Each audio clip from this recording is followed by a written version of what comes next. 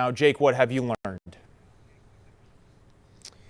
Well, John, Portland police responded to a welfare check for a woman in a parked car on Northwest Kearney Street, and when they arrived, they found her dead from a gunshot wound. Now, the call came in around 5 o'clock tonight, and as you can see, there are still police on scene here. This is the scene on Northwest 22nd Avenue. Plenty of police cars still here hours later, as well as Portland Police's mobile command. Again, the woman in the car was found on Northwest Kearney Street between Northwest 22nd and 23rd Avenues to be exact.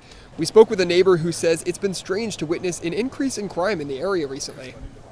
It's starting to become somewhat a normal thing in this neighborhood, it seems like. We had a stabbing a few months ago up the street, and then a little Scotty's Pizza hold-up situation that occurred, and now we got this one. Just waiting to see what actually happened here, but it's probably the longest I've seen activity in this neighborhood for, drawing a lot more attention than usual. Portland police say no arrests have been made and are asking anyone with any information to please reach out to them. John? All right, our Jake Holter tonight. Jake, thank you for that reporting.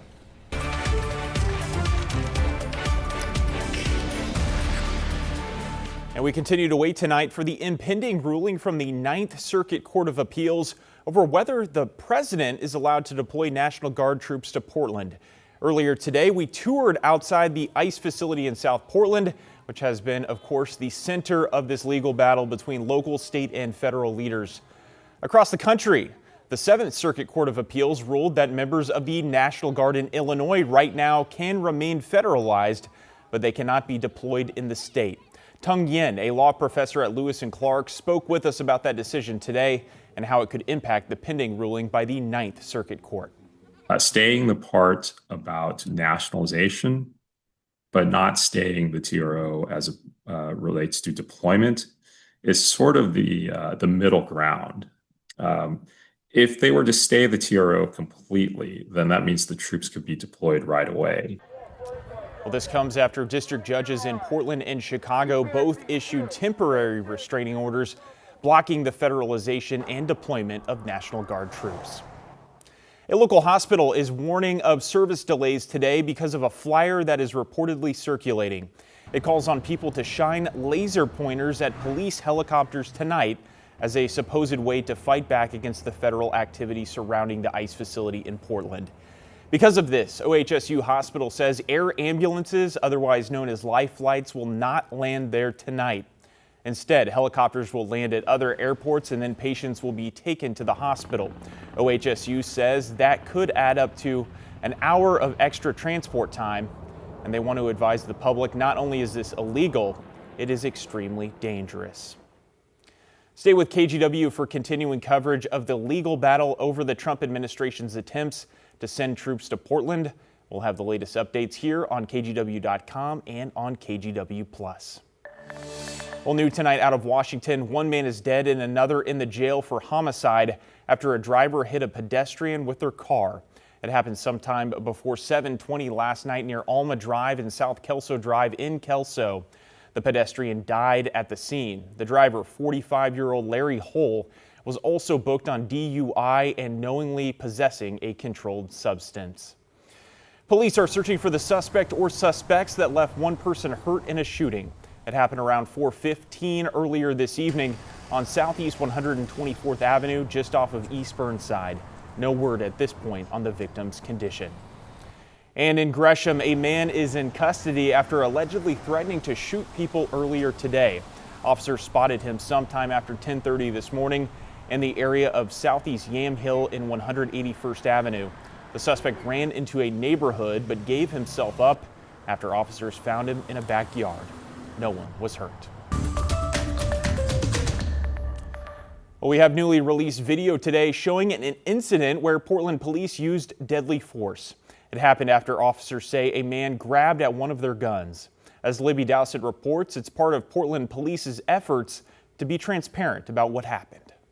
He's in a park in a playground. It's Saturday morning. There's kids riding their bikes around. Police say the September 27th incident remains under investigation, but they're releasing this initial body-worn video as part of their commitment to transparency with the public. But have you seen a dude carrying a stick walking around. Portland police posted both raw and edited video of the incident, explaining how it began with a man allegedly hitting passing cars with a red pipe along Northeast 33rd Avenue, and then reportedly threatening a dad and his kids at Oregon Park. So if we have a game plan, if he has the pole, one of us chase him. Raw video shows the officers approaching the park's restroom, believing the suspect may be inside with the pole. PPB says Central Precinct officers David Randall and Melissa Babison wait patiently for the suspect to come out of the restroom, and when he does... Oh yeah, 61. What are you doing? What are you doing? What are you doing? No, but what are you doing? I don't know what. He's against you. Under arrest. For what? Portland police. I am. For why are you doing that? I didn't do nothing. Yes, you did. Nothing. Put your hands on your back. Hey. You have to tell me why. Okay, if you relax. Why? During the initial struggle, Officer Randall's camera falls to the ground, but Officer Babison's video is still rolling. The video, paused by PPB, appears to show the suspect's hand on Officer Randall's gun. Stop! Stop! Let go of my gun! Officer Babison's video appears to show her trying to get the suspect off Randall. Get up! Even tasing him. Taser! I'm not doing nothing, man! When that doesn't appear to help, police say the suspect grabs for Randall's throat. They say Babison uses the taser gun's plastic handle to strike the suspect, which police consider police use of deadly force. Babison's camera also flickers on and off. PPB says the 4-minute struggle, which injured all three, essentially ends when Officer Babison applies a neck hold to the suspect, also considered police use of deadly force. Other officers arrive to help handcuff the suspect, now identified as Bo W. Davis of Portland. PPB says both officers and Davis were taken to the hospital. Libby Dowsett, KGW News. And we're told the officers recovered from head and hand injuries at home. Officer Babison is on leave, as is protocol for deadly force incidents. Davis was arrested after the hospital. He faces charges including attempted murder and assaulting an officer. A Portland woman was criminally cited for DUI and reckless driving after crashing into 3 parked cars early this morning. It happened just after 3 near the intersection of Northeast Gleason and 146th Avenue. No one else was hurt, but the driver, 23-year-old Aaliyah Del Torre, was treated at the hospital for a head injury before she was cited by police. Well, turning now to weather, we started off the weekend with some scattered showers out there, and now we're going to be seeing some heavier showers, even some thunderstorms possibly heading into Sunday. Meteorologist Joe Ranieri is here with more. Joe, you say there's also a chance for snow in the Cascade? Exactly right. It's going to be staying well above us. In fact, the snow level will drop right around 5,000 feet overnight into tomorrow, but late Sunday night into Monday, it drops down to 4,000 feet potentially. But we are seeing some cold air out there. You can see that upper level low bringing in some of those showers. We saw a little break in the rain earlier this afternoon in the evening, but right around 5, 6 o'clock or so, we started to see that rain pick up, and can kind of see the amount so far tonight are looking about right around 2/10 of an inch of rain at PDX, about 1/10 of an inch of rain over in Scappoose. Hillsborough, you've seen 4/100, so not a whole lot, but that's about to change heading into tomorrow as another stronger system moves through. So for your Sunday, expect to see just bands of steady streams of rain from morning into the afternoon before we kind of transition into more scattered showers heading into the early part of the evening tomorrow. Pioneer Park building camera, temperature of 55 degrees tomorrow. Yeah, we're looking at rain showers from basically 9 o'clock in the morning all the way into the evening hours, but they'll start to lighten up a little bit. Again, if you're traveling over the mountain passes, John, you're going to be under a winter weather advisory starting tomorrow morning. I'll talk more about that and kind of break down the timing and how much snow is in the forecast for the Oregon Cascades. All right, Joe, thank you.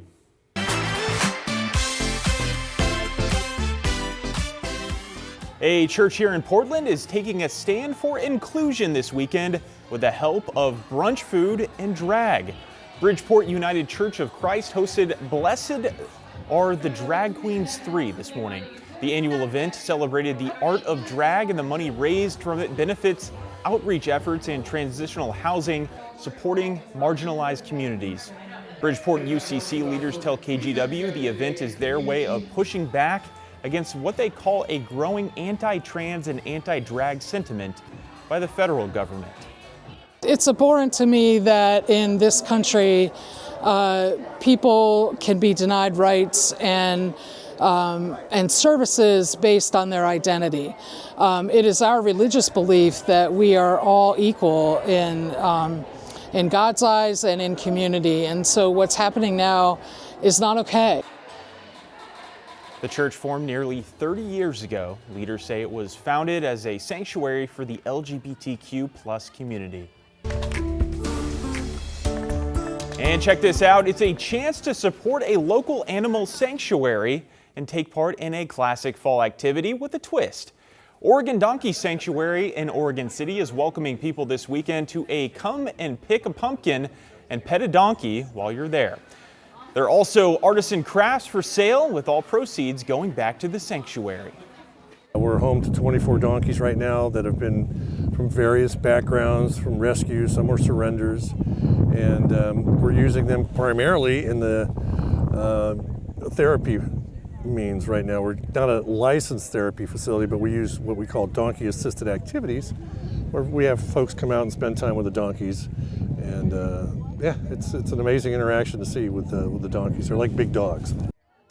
This is the sanctuary's largest fundraiser of the year, and it continues tomorrow from 10:30 to 3 p.m. Entry is free. Art? Well, it was a big surprise in Eugene this afternoon. Number 3 Oregon going against number 7 Indiana. The only points that Oregon could score in the second half of the game came from the defense. It was a pick 6, and that tied the game at 20. But Indiana would respond. Fernando Mendoza with a fourth quarter touchdown pass to seal the Hoosiers' 30-20 upset win. Orlando Sanchez spent the day in Eugene. He's going to have a complete wrap of the game coming up in sports. All right, Art, thank you. Well, still to come here on this special edition, 150 years of Good Samaritans in Portland, how one local hospital celebrated its birthday. Plus, here's a way to get a pumpkin that'll never go bad. The unique art sale and lesson held today.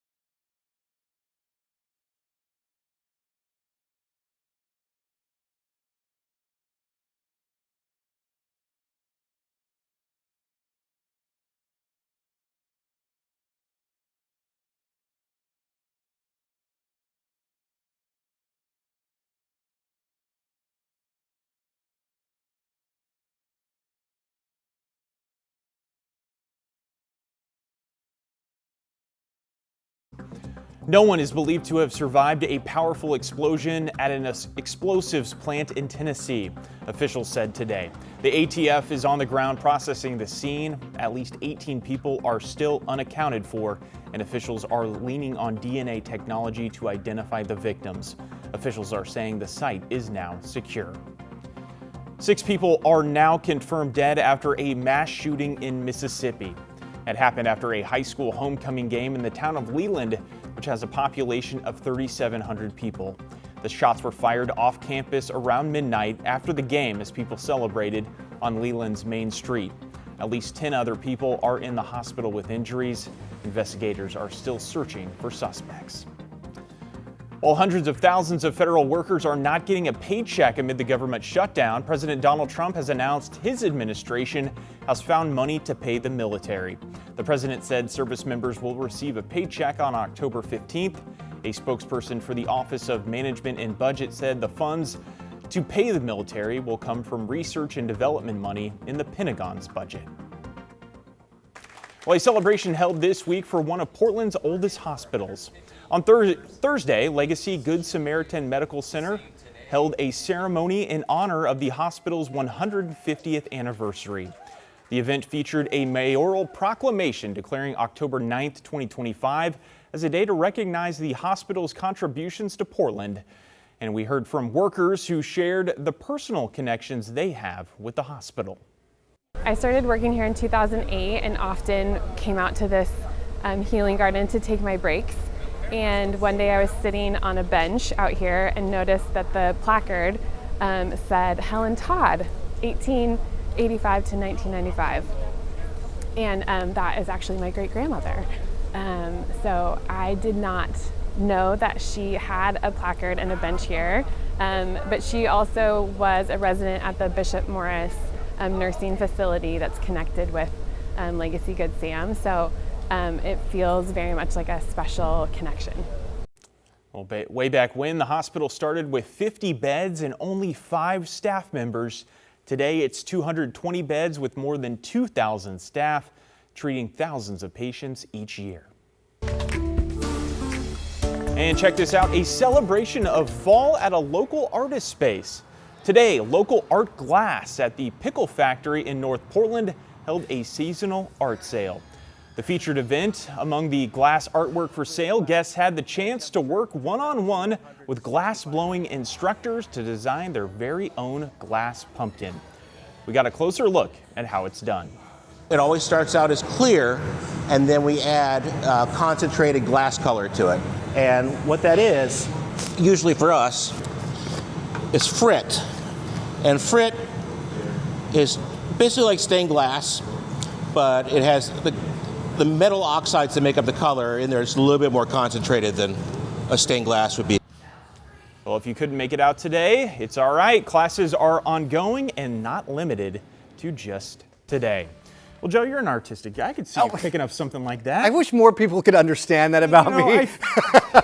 I've seen it this whole time. Well, I appreciate that, and I appreciate you. If you are looking to do that tomorrow, it's going to be a good day to stay indoors. We are going to be looking at a steady stream of rain, basically from the time we start tomorrow and to the later part of the afternoon and into the evening hours as well. Here's a live look over in downtown Portland. Temperature of 55 degrees. We started to see the heavy rain showers move in right around 5:30, 6 o'clock this evening, and now we're starting to see those rain showers taper off a little bit. But this is that upper level low that's producing the showers, and there's some cold air behind it. So we're going to be seeing our snow levels drop, probably the lowest that we've seen so far this fall, down to about 4,000 feet heading into tomorrow night. Tonight at 5,000 feet, but you could be seeing a little bit of some snow at times. So here we are tomorrow morning and in the afternoon. This is taking us to 12:30. Yeah, we're going to be seeing rain showers before 12:30, 1 o'clock. It's going to be moving through by the time I'd say 7, 8 o'clock rolls around. But again, traveling over the mountain passes, be prepared for some slushy roads and some slick conditions at times. especially throughout the Central Oregon Cascades. By late tomorrow afternoon and the evening hours, those snow showers really pick up from Mount Hood all the way to Mount Jefferson and Mount Bachelor. And as we go into the early part of Monday, we'll start to see those showers taper off. So after midnight, we'll start to see the rain kind of hold off a little bit on Monday morning for Columbus Day.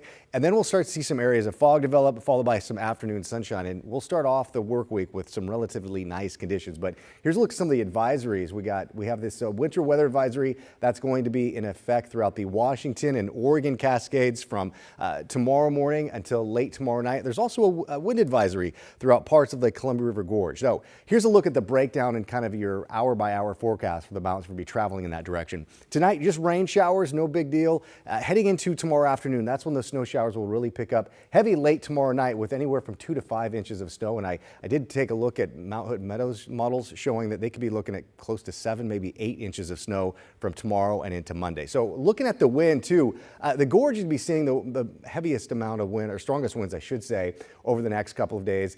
Tomorrow and really tonight into tomorrow, gusts could be anywhere from 40 to 50 miles an hour, and that's going to be the case throughout the Oregon Cascades as well. So kind of blustery at times. Tomorrow looks like this throughout the valley. A rainy morning, steady rain throughout a good portion of the morning and the afternoon. Daytime highs only in the mid-50s, well below where we should be for this time of year. And over the next 5 days, yes, you can expect to see the rain stick around basically tomorrow and into early Monday morning, and then we'll start to see some drier conditions move through. Currently, we're looking at temperatures in the low to mid-50s, but daytime highs today, we struggle to get out of the upper 50s. We should be about 67, 68 degrees for this time of year. Along the Oregon coast tomorrow, you'll be seeing the showers. Now, earlier in the show, we did say there's a chance to see some thunderstorms develop. I think that's really out of the realm of possibility right now. It is going to be wet, and again, we're starting to see the colors of fall pop a little bit. Here's a shot from Todd Klinger, another shot of the South Sisters from Carrie Bott over in Central Oregon, and another one from Deborah Landy over in Portland showing some color of the Japanese maples. But over the next few days, we'll see our temperatures gradually warm up a little bit. So for tomorrow and Monday, mid to the upper 50s, daytime highs, John, on Tuesday, right around the mid 60s with a lot of sunshine. We stay pretty nice for Thursday before seeing some light showers roll back to the picture for the later part of next week. All right, couple nice days midweek. All right, Joe, thank you. Well, still to come, the Oregon Ducks had the longest home win streak in the nation, but that all ended today. Orlando Sanchez has the highlights coming up next.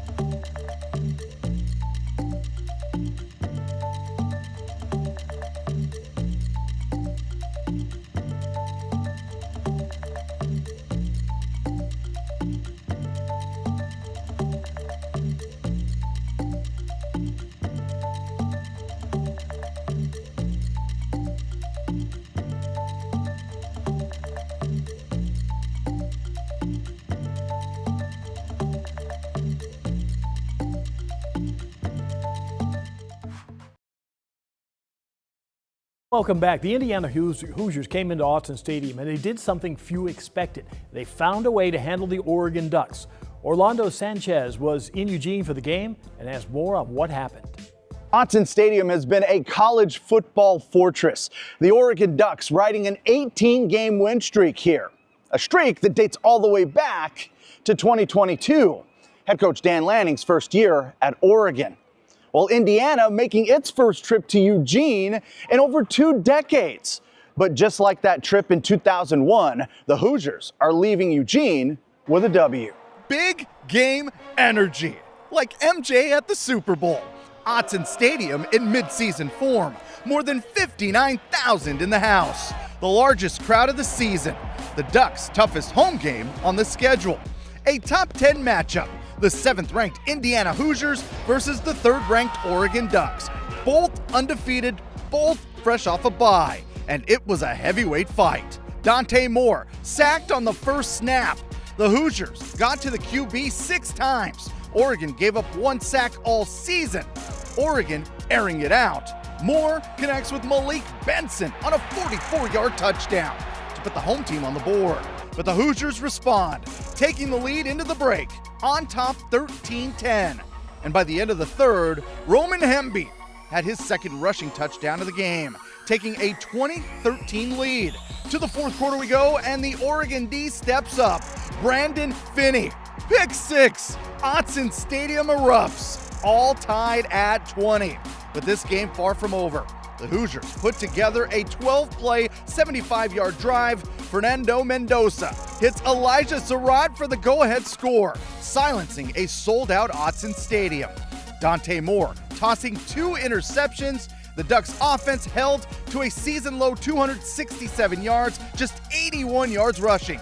The undefeated Hoosiers stun Oregon 30-20. Oregon's first regular season loss since 2023. You know, it's hard to go unscathed in college football, especially against a good team. So they played a better game than us. They were a better coach than us today. And our guys recognize that they're still, every one of our goals is still in front of us. And obviously, no one's happy about losing that game. You know, we got something to prove, got a chip on our shoulder, and we can use it as fuel or, you know, be down on ourselves. So, you know, we'll go to the doctor tomorrow, learn from it, and then back to work. The Ducks dropped to 5-1 on the season and a couple of spots in the Big Ten standings.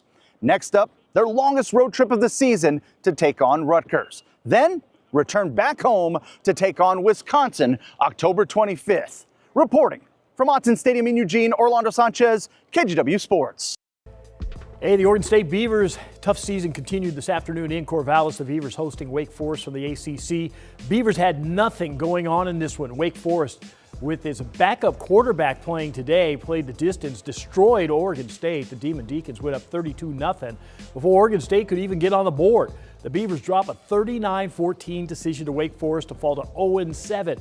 Oregon State plays Lafayette next Saturday at home. And the other Pac-12 team on the road today, Washington State at number 4, Ole Miss. Cougs made this a game, but the Rebels had too much. Trinidad Chambliss had a big day for Ole Miss, and they win the game 24-21. Cougs play Virginia next week. That was the surprise of the early morning college football window. Cougs almost pulled a huge upset. I was surprised it stayed that close. Yeah, it was a good game. Yes. Finally felt like football weather today. It did feel like that. You know, I think hopefully a lot of people busted out the crock pot. You might want it for tomorrow. We're going to be seeing a steady amount of rain heading into tomorrow. We're going to be seeing a quarter, maybe up close to a half of an inch of rain by the end of the day. Morning showers, early morning showers on Monday, but then we'll start to see our forecast really improve, getting in the mid-60s by Tuesday. All right, we'll see you back here tonight at 11.